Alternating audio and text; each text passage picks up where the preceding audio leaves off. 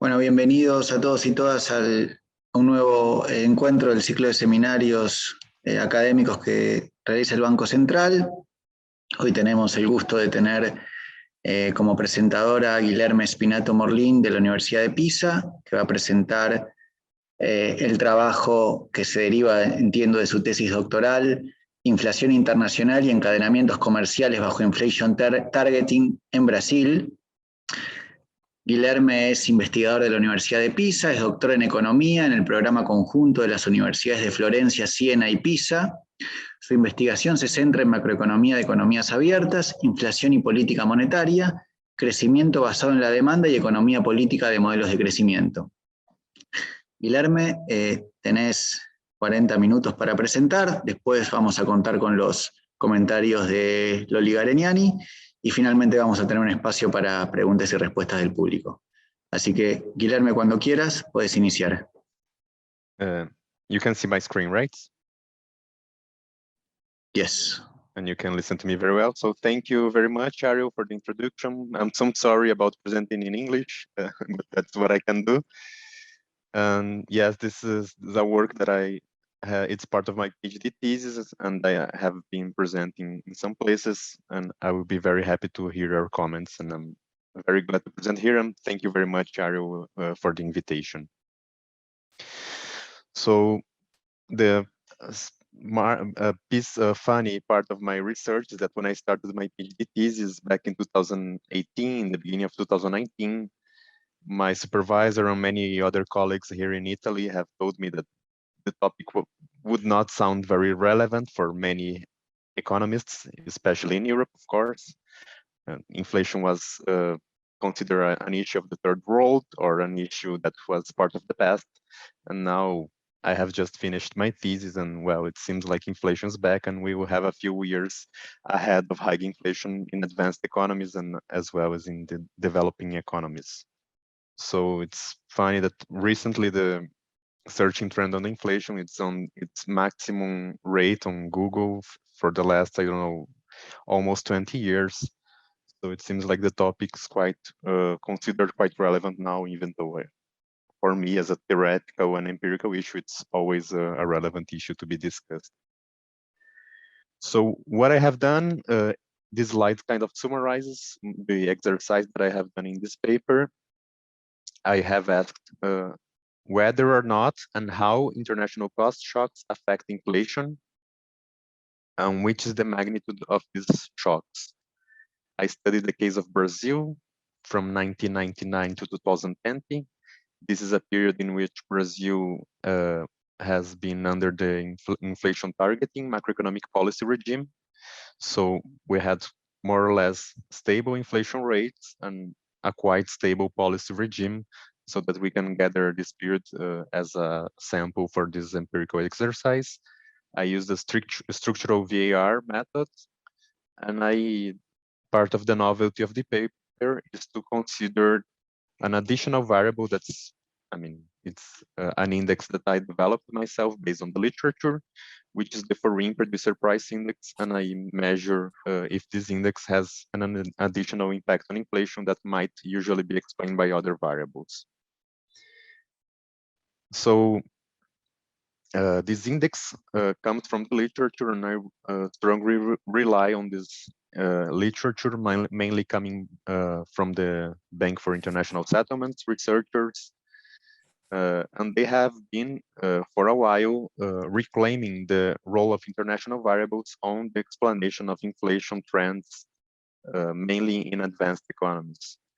So since the late 2000s, these authors have been emphasizing the importance of international variables in explaining these puzzles, the so-called inflation puzzles that were happening in the advanced economies. Before the Great Recession, we had a missing inflation puzzle because unemployment was really low and inflation was not coming.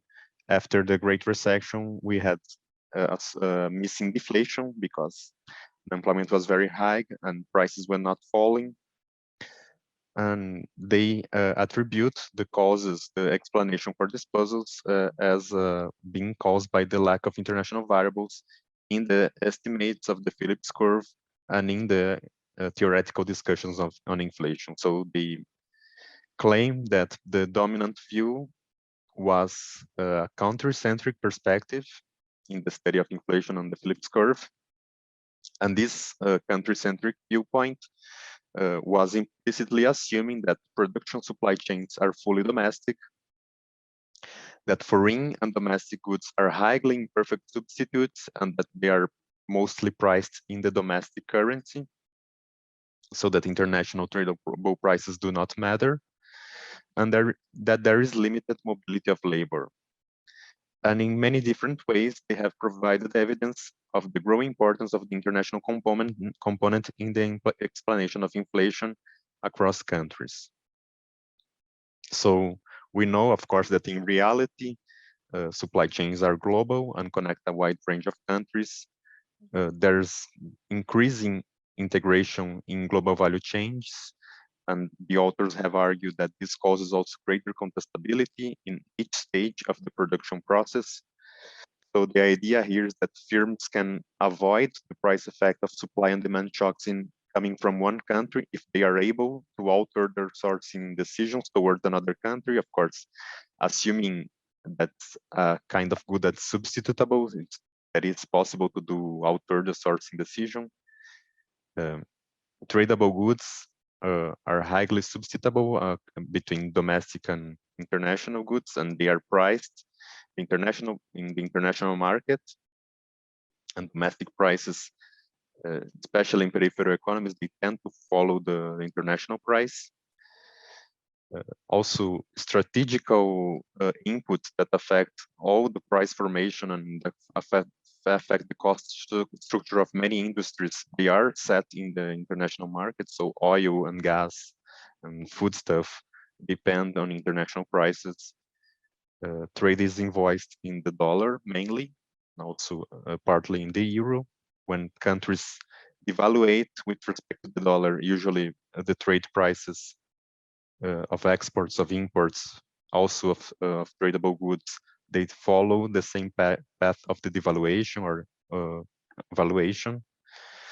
Plus, we know that, as the news show us, that supply shocks as COVID-19 pandemic rise and the Russo-Ukrainian war, they show the importance of international trade linkages and input-output relations to explain the dynamics of international prices across countries. So many empirical studies have shown the importance of the foreign inflation. They have argued that international inflation has gained an increasing role in explaining domestic prices across countries. They also show the increased synchronicity of inflation rates across countries. This also holds in micro studies that use product category and detailed analysis. Global inflation rates act as an attractor for national inflation rates. And some results that are more important to us, in particular, are the role of trade in intermediate goods and services. It's considered the main transmission mechanism of global shocks to domestic prices. So this transmission of global shocks relies on a cost side mechanism. And also the study of international input-output linkages explains the high synchronization of inflation across countries. So the synchronization and the correlation on the prices of inputs explains the correlation on the final prices, the variation of the final prices across countries. And from this study that it comes the foreign PPI index that I will talk about later. So let's talk a bit about the case of Brazil. Brazil has adopted the inflation targeting regime in 1999. It's been 23 years now. So by doing this, Brazil has changed the macroeconomic policy regime. It came from a very high, almost hyperinflation in the beginning of the 90s, the real stabilization plan from 94 to 98, and then in the face of some external shocks and the difficulty to keep a stable, more or less fixed exchange rate, decided to switch to an independent more or less independent monetary policy, leaving the exchange rate to float. Of course, this is a textbook viewpoint. We know that in the end of the day, peripheral economists have a sort of independent monetary policy, but they look and they are affected by the monetary policy in the core economies. And also the floating exchange rate actually is more or less a dirty floating exchange rate regime. But the idea here is that the interest rate becomes the key policy variable and the main instrument to fight inflation in the policy, in the macroeconomic policy. So,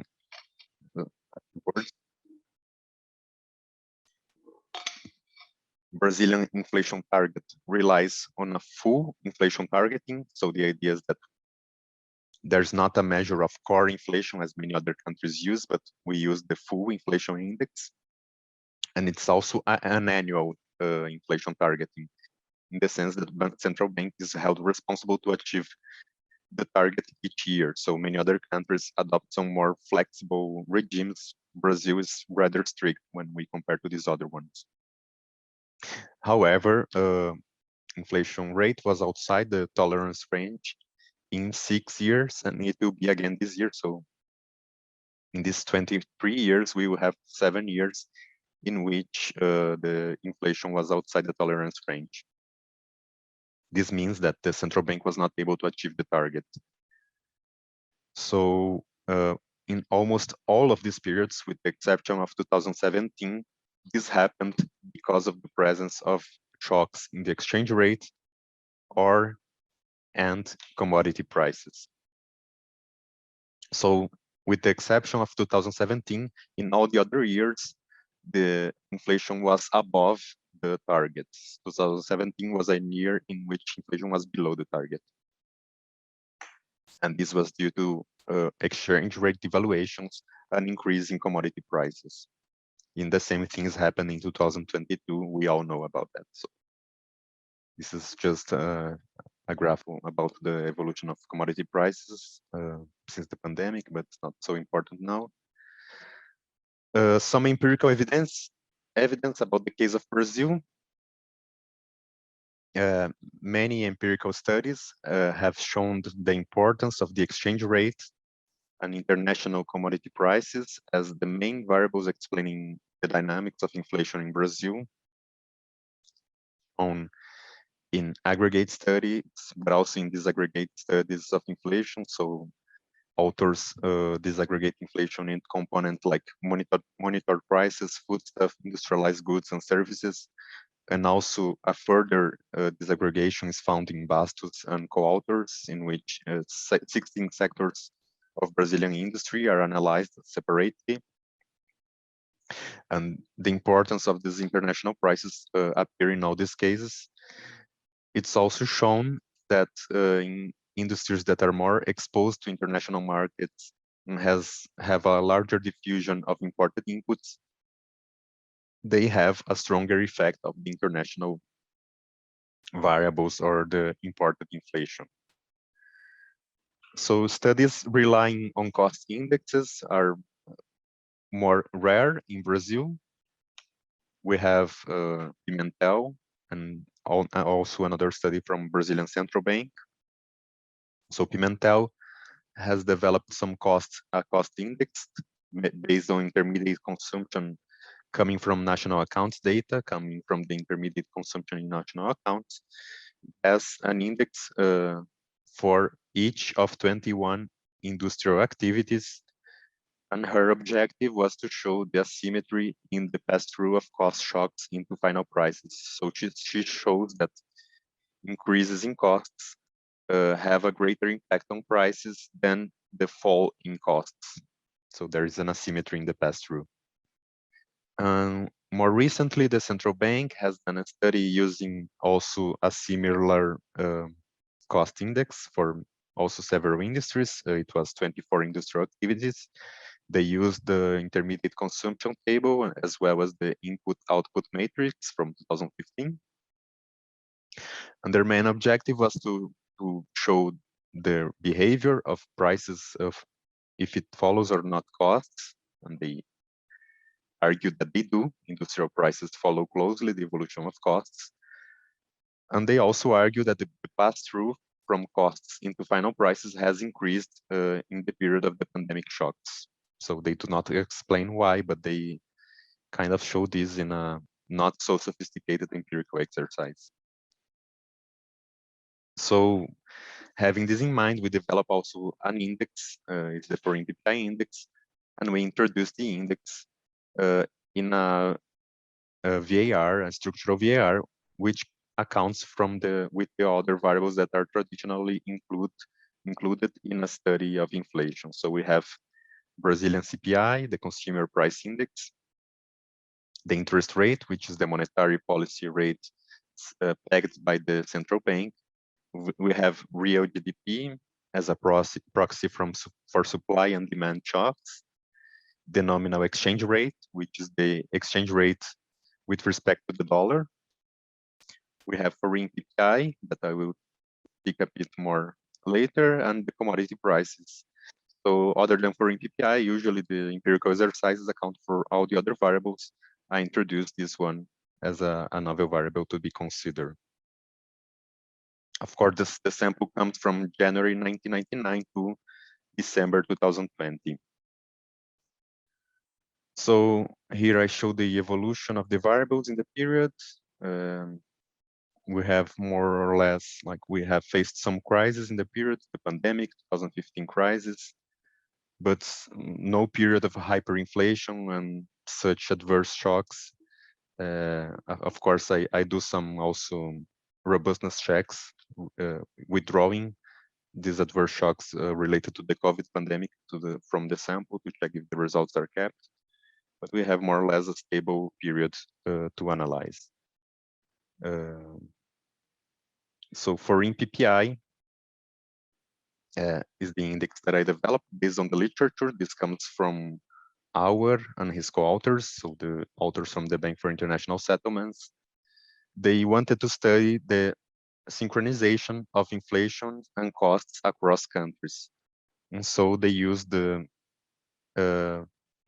relation between the producer price index across countries, and they use the input-output relations between countries to weight the average of this effect. So the idea here is the following. I have considered the producer price index of Brazilian trade partners, and I weight it by the share of each country in Brazilian imports of intermediate and capital goods. Of course, the evolution of producer price index of each country is measured in its own domestic currency. So the absorption of this shock in Brazil has also to be weighted by the change in the exchange rate of this country with respect to Brazilian real. Since we already have the nominal exchange rate as one of the variables of the VAR, I consider the foreign PPI as measured in dollars to separate the effect of the exchange rate from the effect of foreign cost shocks. So I have to divide the evolution of the producer price index by the change in the exchange rate. The sample of the countries I consider account for more than 80% of average Brazilian trade in the period in intermediate and capital goods. And these are the average share of each country in the Brazilian imports in the whole period. So of course, the implicit hypothesis here is that these foreign shocks are passed through into the domestic prices practice in Brazil. So these countries, the share of these countries has evolved in the period. This also reveals some trends that are typical for trades in Brazil, but certainly similar trends appear for Argentina and other South American economies. The fall of the share of the United States, the increase in the share of China, and the importance of Argentina and other Asian economies. And this shows one interpretation of this, according to our results, is that China has become more important to explain the evolution of Brazilian costs, imported costs, rather than United States, for instance. The empirical methodology I used is a structural VAR. I use the variables in levels. So, of course, the variables are not stationary, but we can run a structural VAR in level. If we are targeting to analyze short-run results, we have super consistent estimators, so this is not a problem. This is quite standard in the literature. I adopt short-run restrictions from a Cholesky decomposition matrix, 12 legs, and includes a constant. I order the short-run restrictions according to mainly to the dominant view in the literature, to the domestic variables. I leave the international variables as more exogenous with respect to domestic shocks.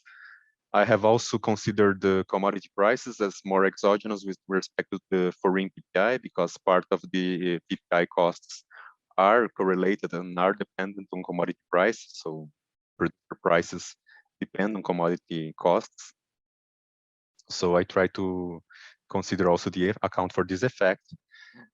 And as a robustness check, I have also switched a bit the order of the VAR and obtained very similar results. So this is not really an issue here. So my main results appear here in the input response function. We have a positive effect on the supply and demand shocks of the GDP on inflation. We have a very positive and very important effect of the exchange rate. Actually, this is shown to be the most important variable, also in my exercise, corroborating the rest of the literature. We have an important self-correlation component from CPI on itself. We have a temporary price puzzle with persisting effects on the level of prices. So an increase in the interest rate is shown to have a persistent effect on the price level in Brazil. Although it's not, it's stabilizing. I mean, it stabilized after a while. And commodity prices have the expected sign, and foreign PPI has a positive and significant effect. It becomes negative after a bit more than a year, but this less than compensates the initial positive effect. So we can also have a look at the cumulative result, check if the negative sign in the further periods do not cancel the initial positive shock. So foreign PPI has a positive and significant effect on the price level of Brazil. So this is the main result here. I also have analyzed some other tools that come from the structural VAR analysis. So the forecast error variance decomposition for CPI shows that foreign PPI is actually rather important among other variables to explain the error in the forecast error in the variance of CPI. Actually, until 36 periods, the foreign PPI is even more important than the interest rate. So this shows that the main policy variable of the inflation targeting macroeconomic regime seems to be one of the weakest effects in this VAR. On the other hand, the exchange rate has a very, very important impact. In 3 years, it accounts for more than half of the forecast error in CPI variance. So this confirms the importance of the exchange rate.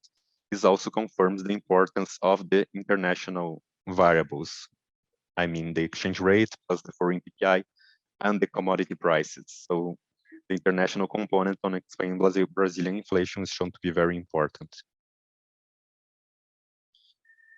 We also have the historical decomposition of the stochastic component of CPI according to shocks on each of the endogenous variables. I mean, this graph is a bit hard to read, but on average, I have calculated all the average effects below the graph. On average, foreign PPI is also again shown to be quite an important variable, responding for 12% on the shocks on the stochastic component of the CPI series. Exchange rate against one of the most important variables is not only more important than the self-correlated component of CPI on itself, but it responds for 27% of the shocks across the series.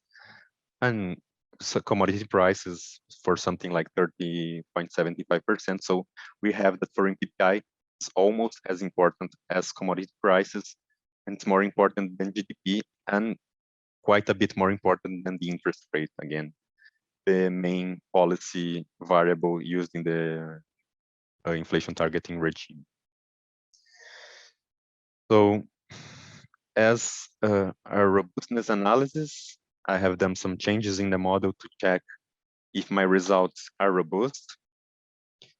So the changes that I have done, one of them is replacing the real GDP time series with an industrial production index.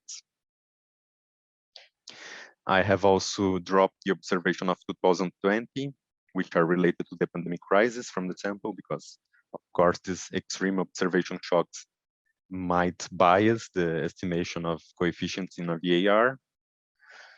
I have also changed the order of the Cholesky matrix in order to make the monetary policy as the most endogenous variable in the identification of contemporaneous shocks. And I re-estimated the model using the local projections methodology from Oscar Yorda. So the main results from the robustness analysis that the expected effect of the shocks in foreign PPI on CPI did not change. The magnitude of the effect became a bit smaller in the when I replaced real GDP with an industrial production index, and greater in the other specification, which is the one in which I make monetary policy more endogenous. And in general, the main conclusions are robust to the specifications ABC, and a few problems appear in the local projections, but the results still positive, although less significant after the initial periods. But this is also a consequence of the application of this method, because it's a method in which variance tends to increase a lot, so it's less efficient. So here I can show the impulse responses from shocks in the foreign PPI on CPI. You can find also the complete impulse response functions in the paper, in the working paper. So in the case of industrial production, we still have a positive effect. Here, COVID shocks, when I withdraw the 2020 from the sample, we still have a positive and significant, which remains positive in the cumulative series. The same holds for monetary policy.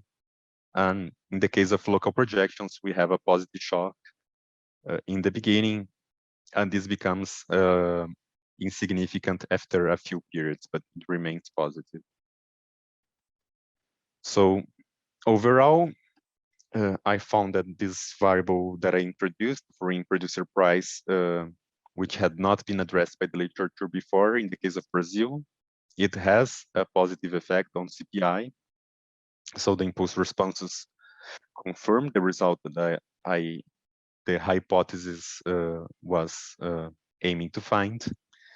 It's a significant transmission channel for external shocks to domestic CPI, and it has been so in the last 2 decades in Brazil. The VAR also shows that international variables, the variables related to the external sector, such as the exchange rate for PPI and commodity prices, are dominant in the explanation of Brazilian inflation with respect to domestic shocks as GDP and the interest rate. So this is quite of a problem, because these international shocks, exchange rate is affected by monetary policy, of course, and it has been assigned as one of the main transmission mechanisms of international interest rate shocks to affecting domestic CPI.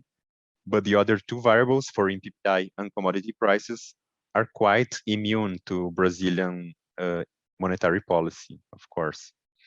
So the importance of these variables reveals quite the limitation of the inflation targeting regime, which relies exclusively on monetary policy to control inflation. So this may suggest the need for complementary non-monetary policies to deal also with inflation. This is particularly important in a period as ours, in which we have very big price shocks coming from specific sectors and coming from the international sector. Thank you very much. I hope you find it interesting, and I'm eager to receive comments and suggestions. Muchas gracias, Guilherme. Si querés dejar de compartir. Stop here. Muchas gracias por la presentación. Ahora vamos a pasar a los comentarios de Lorena Garegnani y después, bueno, seguramente Guilherme reaccione un poco a esos comentarios y abramos el espacio para las preguntas y respuestas. Pueden levantar la mano o directamente daremos la palabra oportunamente. Loli. Bueno, gracias. La verdad es que para mí es un gusto hacer los comentarios a este trabajo. Me gustó mucho leerlo, es algo en lo que trabajo, así que me enriqueció mucho.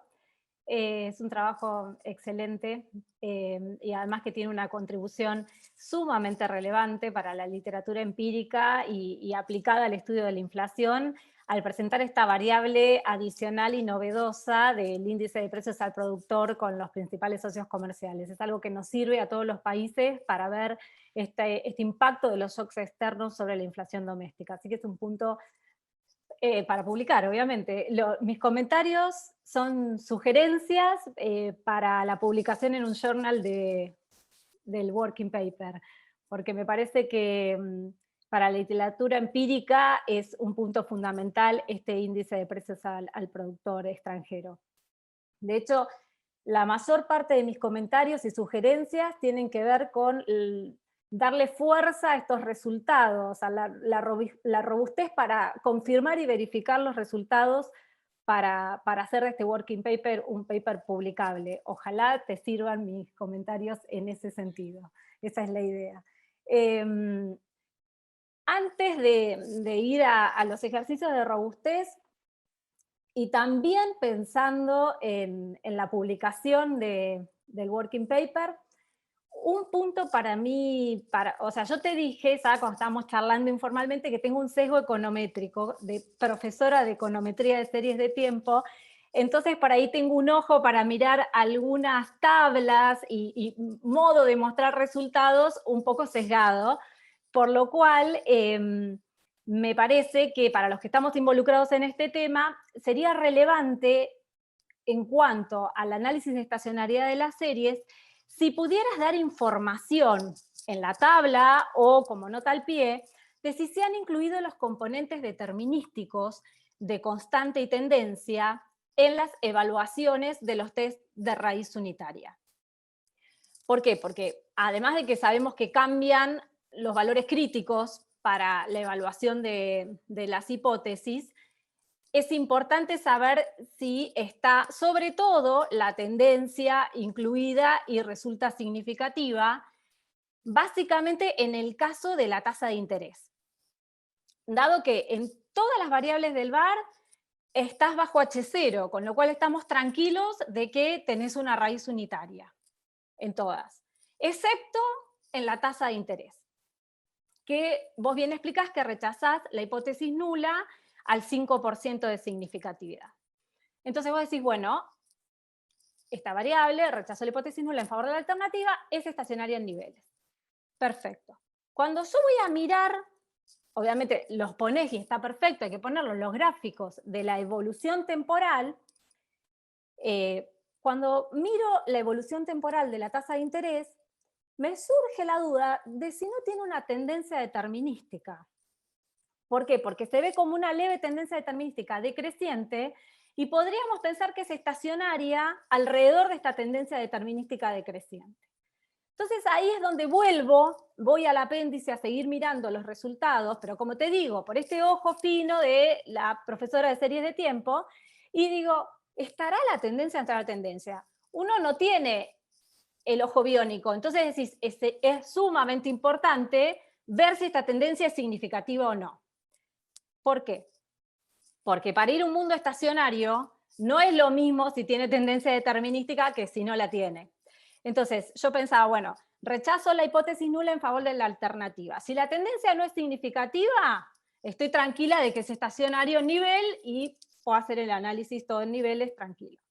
Ahora, ¿Qué pasa si la tendencia es significativa y rechazo la hipótesis nula en favor de la alternativa?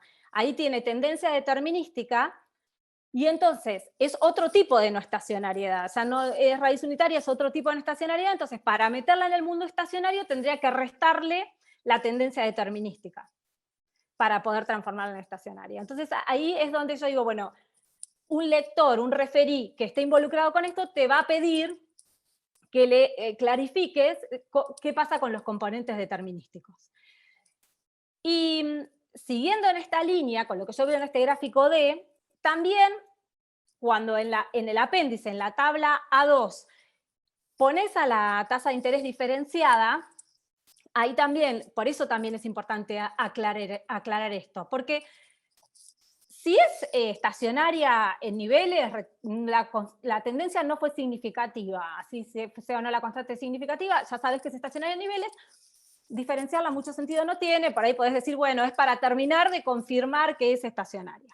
Ahora, el problema surge si tiene tendencia determinística y la diferenciás, porque ahí, por eso es tan importante el tema de los componentes determinísticos, si vos la diferencias y tiene tendencia determinística, te dio significativa, estás trasladando la no estacionariedad al shock, que sería, ahora se transformaría en un MA, en un moving average, con un coeficiente de 1, o sea que sería no invertible al momento de hacer toda la evaluación de la transmisión de los shocks. Entonces, por eso me parece que es fundamental quedarnos tranquilos de qué pasa con los componentes determinísticos y digo, en caso de que tenga la tendencia determinística, restarle la tendencia, y ahí en la tabla A2 ponerla con la tendencia restada y decir, mira, es estacionaria, resté la tendencia y la llevé al mundo estacionario. Todo esto yo, pensando en si probaste o no probaste la significatividad de los componentes determinísticos, pero bueno, nada, por eso te lo aclaraba. Por lo cual me parece tan importante para poder publicarlo que aclares este tema, por toda esta cosa que nos surge a los que estamos todo el tiempo trabajando con esto de qué pasaría, cómo la meto, está bien diferenciarla o no. Relacionado con este tema, también a los fines de la publicación, vos haces un análisis de Johansen y Juselius, impecable, decís, bueno, mirá, veo que hay dos relaciones de largo plazo, ya analicé qué pasa con la no estacionariedad de las variables, y después está perfecto el punto que haces, que preferís trabajar un bar en niveles y no en un BEC, siguiendo a Killian y Luckett-Pohl.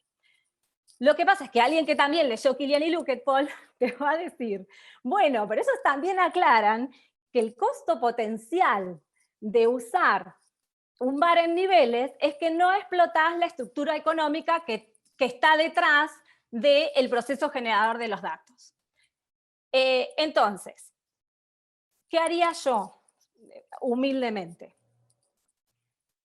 Si vos lo querés publicar y decís, bueno, mira, el punto mío, que es para mí el gran aporte de este trabajo, es decir, yo invento este índice sumamente relevante, el índice da significativo y da cuenta de que los shocks externos son más importantes que los domésticos para la inflación de Brasil. Para eso, el bar en niveles alcanza, sobra y está impecable. Ahora, si vos le querés dar el flavor de, bueno, a ver qué pasa con la política monetaria, que tenés en el punto 6.3 de la robustez y todo esto, yo haría un 6.4 o 6.5 de robustez y vería qué pasa con el BEC. A ver si te sigue dando la transmisión en este sentido. Para que si alguien te dice, guarda, pero acá en el bar en niveles no podrías darle el flavor económico, le decís, bueno, pero mira, el punto que yo quiero hacer lo veo en la función de impulso-respuesta. O sea, yo haría ese ejercicio de robustez adicional, por si alguien te hace ese punto de la falta de estructura económica.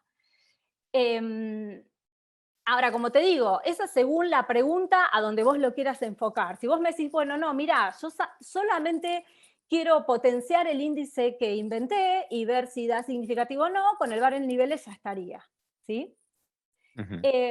Ahora, bueno, ahora sí, más los de robustez, otro de robustez adicional, a los que tenemos el sesgo de haber trabajado con curva de Phillips, curva de Phillips, curva de Phillips, economía abierta, lo que tenemos en la cabeza, y que yo comparto con vos, es decir, bueno, ¿cómo nos viene la literatura que se pone variación del tipo de cambio real.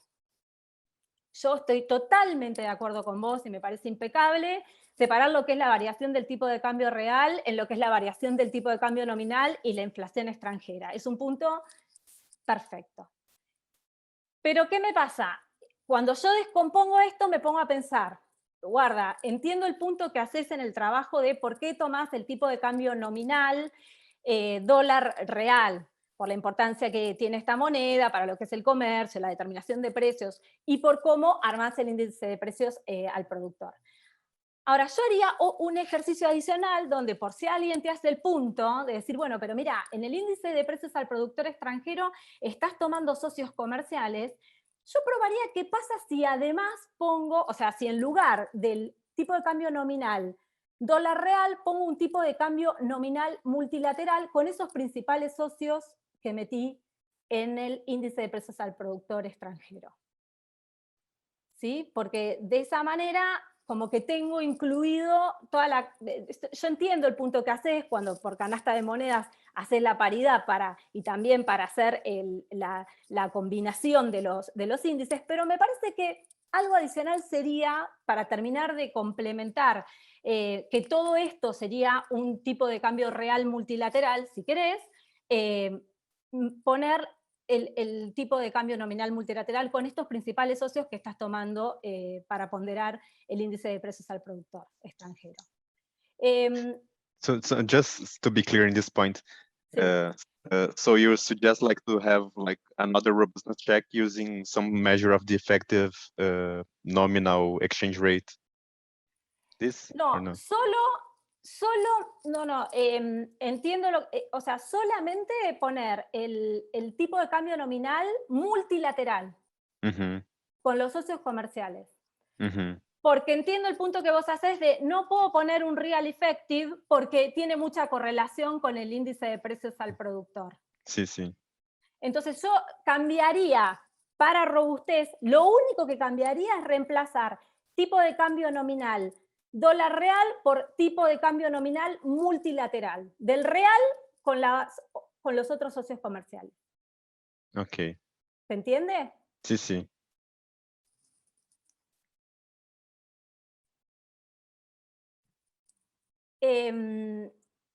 Porque el real tiene mucha correlación con el índice de precios al productor extranjero, entonces, y está buenísimo ese punto que vos hacés. Yo lo que decía era separar el real en estos dos componentes, lo que es nominal y lo que es inflación extranjera, pero en la parte nominal que no quede solo el dólar real, sino que quede un multilateral con estos socios comerciales. O sea, un nominal con esos socios comerciales. Bueno, y lo último de ejercicios de robustez que te quería contar es que nosotros publicamos un documento de trabajo, que es el 101 en el banco, un working paper del Banco Central, donde analizamos las regularidades empíricas de la inflación en Latinoamérica para 2004-2019, y está incluido Brasil. Y mostramos los resultados para los países que estamos tomando.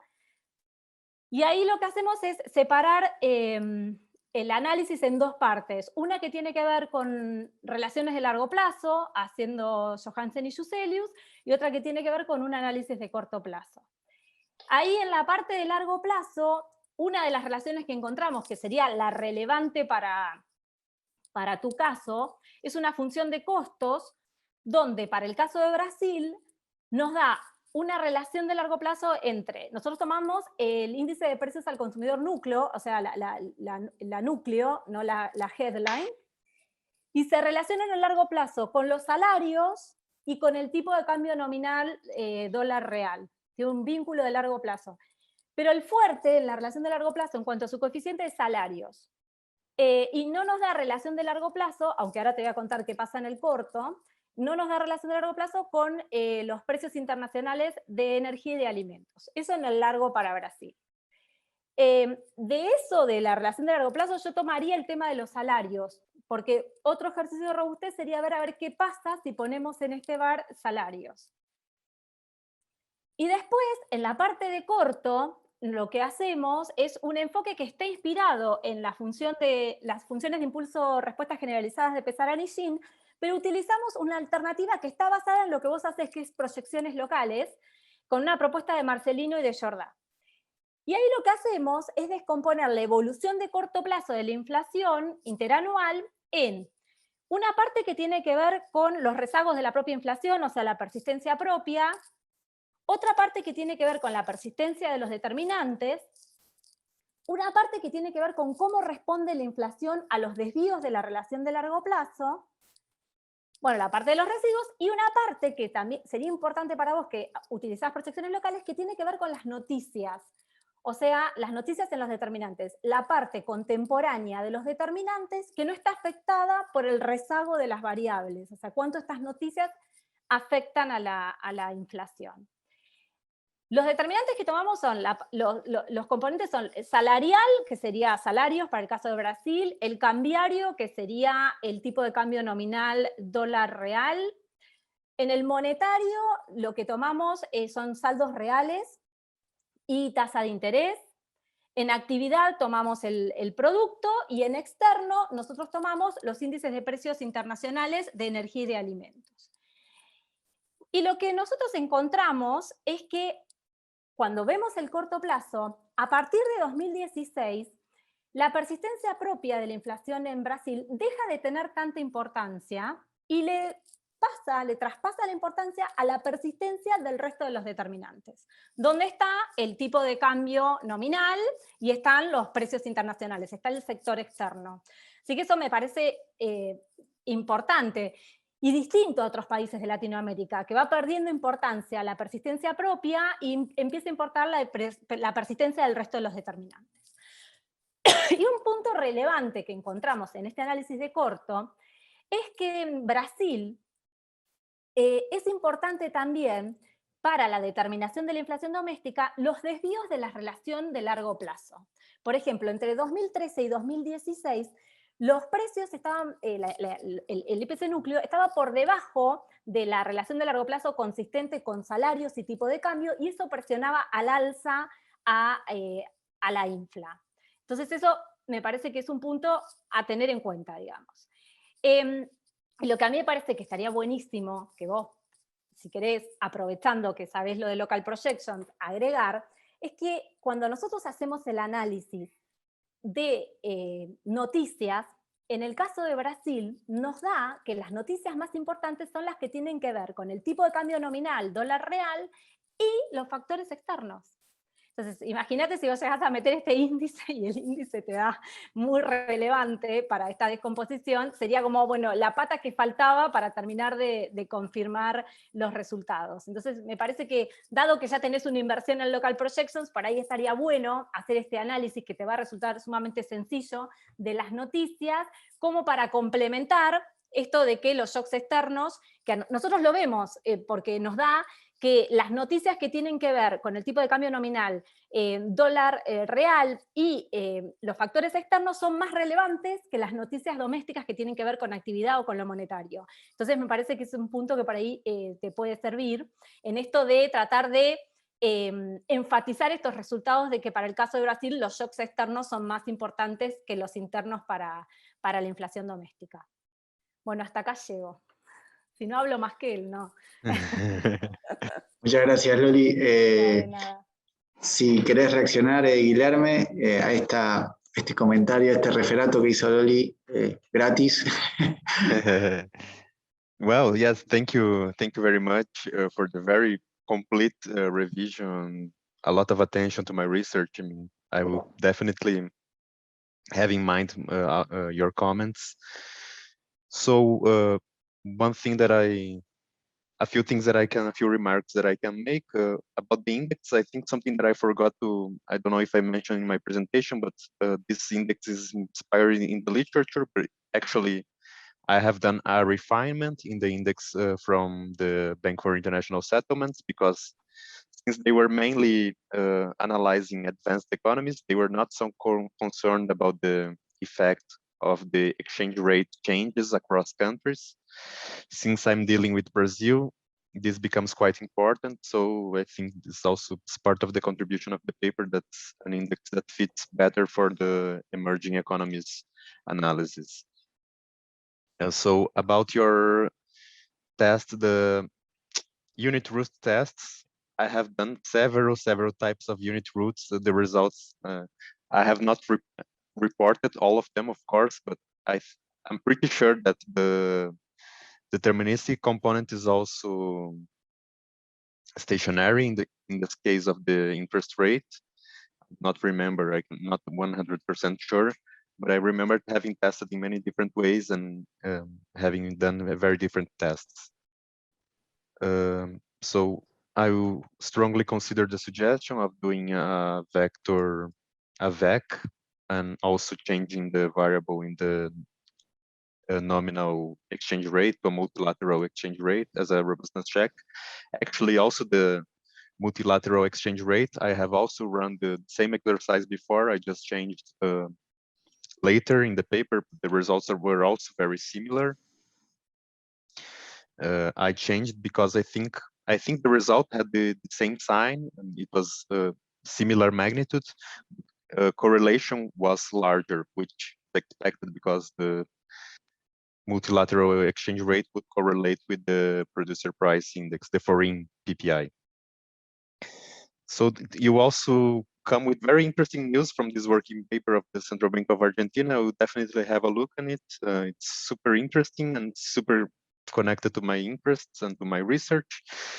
I have not included the wages in Brazil because it's hard to find a good measure of wage costs for Brazil, and I have done a VAR with 23 years of sample. I did not find an index that's stable in this period. We have interrupted many time series and started new ones, and they are not consistent among them. So it's not easy to do research for Brazil sometimes. And I will have a look on the measure you use in the paper, but as you told me, you have a more recent period. So I think I don't think that maybe I do a robustness check for a smaller part of the sample, but I have a VAR with 6 variables, so it's also hard to have a small sample. So I don't know. Plus, on the international component, it's also the importance of the international prices after 2016.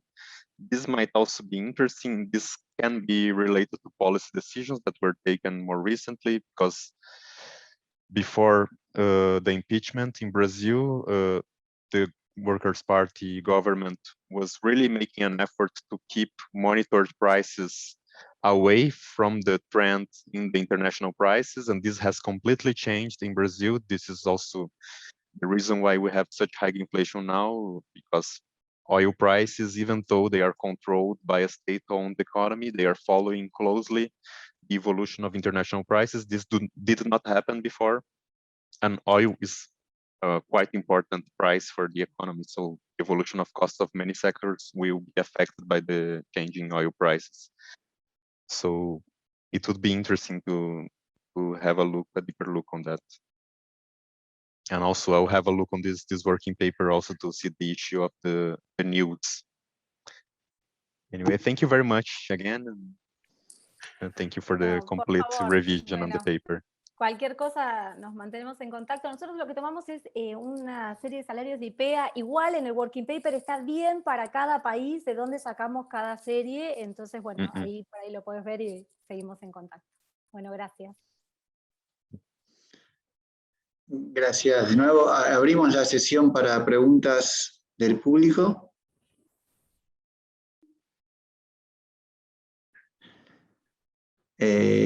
Ahí veo la mano levantada de Sebastián Katz. Voy a ver si hay alguien más. Y Emiliano, ¿no? Empecemos con Sebastián, si te parece. Ok, ¿se escucha? Gracias Ariel. Thanks Guilherme for an interesting exposition and research on the dynamics of Brazilian inflation. I didn't read the paper, but I wanted to know if you had I suppose yes, but if you had the opportunity to research in a way the reaction function of the Brazilian Central Bank, taking into account the facts you are illuminating with your research, because one thing that to me is interesting to know is, for example, they try to accommodate or convalidate, or on the opposite hand, to try to compensate the supply shocks that are affecting inflation. And probably you have some important things to say about it, and especially because, well, Emiliano and me, we are working on something related with your research. And at the same time, the other is if the reaction function is related with interest rate movements, or, for example, taking into account the importance of exchange rate, for example, intervention in FX. Okay, thanks. Sorry, could you repeat the last part, the interest rate movement? No, if the reaction function, in the case it exists, has to do only with interest rate movements, or, for example, FX intervention, taking into account the importance of those influences too. Ah, okay, got it. You can react if you want. Maybe we can collect. Okay. I saw someone raising the hand also. Okay, Emiliano, you can. ¿Qué tal, Guilherme? Thank you very much for your presentation. No, my question is if you have tried some financial variable, global financial variable in the VRR as the VIX or some global variable. Maybe it could be interesting to know if you do it, or if not, with some we find with Sebastian in our paper and work that is work in process, we find some interesting reactions. And on the other hand, I want to know your insight of why you decide to take the variables in levels, of you have a discussion in terms of taking variables in differences, or I want to know your opinion, the pros and cons and all the discussion. It would be interesting. Thank you. And we have a last one, Pedro. Yes, thank you. Hi, Guilherme. Nice paper. I have a question that is closely related to the Sebastian's one, the first one. It's about, how, if you check how the central bank reacted in their publications on these issues. Sebastian was asking about the decision-making process, something related to that. And also, if I believe that the central bank at some point didn't intervene anymore in the foreign exchange rate. So if that was also something that you analyze. Thank you. Let me ask one more related to the questions about the interest rate and the exchange rate. I was wondering whether you have an hypothesis why the interest rate is not relevant, or at least as relevant as the other variables to explain the behavior of prices, perhaps because it is influenced by the exchange rate. I mean, some of the influence of the interest rate is captured by the influence of the exchange rate. And if this is the case, perhaps it would be interesting to show it more formally here or in a continuous paper. I think, creo que estamos todos y todas, so you can reply. Thank you, Ariel. So, following the order of the questions, maybe. So I did not have an in-depth study of the reaction function of Brazilian Central Bank, but I do have many input response functions, and I have the impulse response also of the interest rate and the monetary policy movement with respect to the other variables. And I think your question is that the exchange rate, an increase, that is a devaluation on the exchange rate, thus causes an increase in the interest rate. So the central bank reacts in this way to the external shocks. This can be found in mainly in the appendix of the working paper.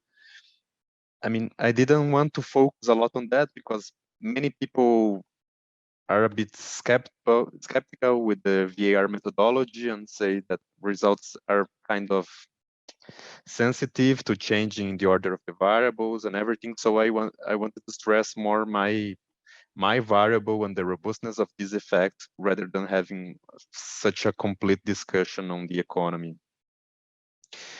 Maybe a bit more sophisticated exercise and maybe a bit more sophisticated measure of monetary policy shocks would be required to have a better discussion on some issues. So I did not include any financial variable. This might be an interesting robustness check. So I have been suggesting these in other places as well. I will consider it. And related to the issue of levels and change in the variables. So I have decided to, well, the variables have, I have done the co-integration analysis and they have a co-integration.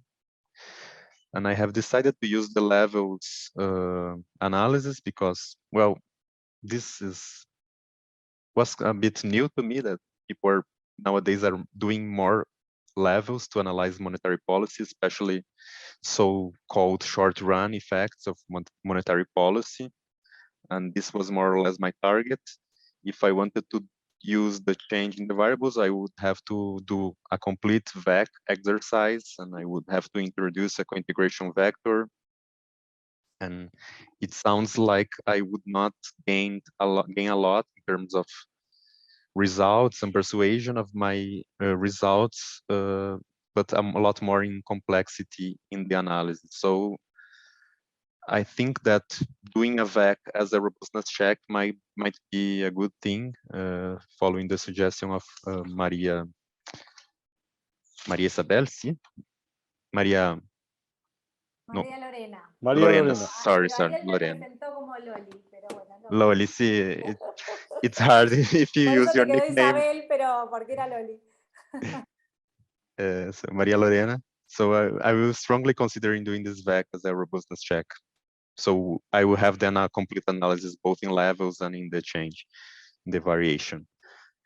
So regarding the central bank publications, so actually in general in Brazilian academy and in the central bank, there are very few studies that I found at least that use these cost indexes, and I didn't find anyone that was particularly and deeply interested in the international cost index. So most of these studies include exchange rate and commodity prices as international variables. Then they might include oil prices, some other variable, but not this is not similar to this detailed analysis that I have done. And you're also right to say that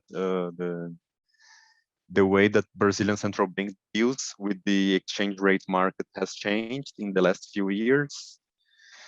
So I wouldn't know how to capture this in the exercise.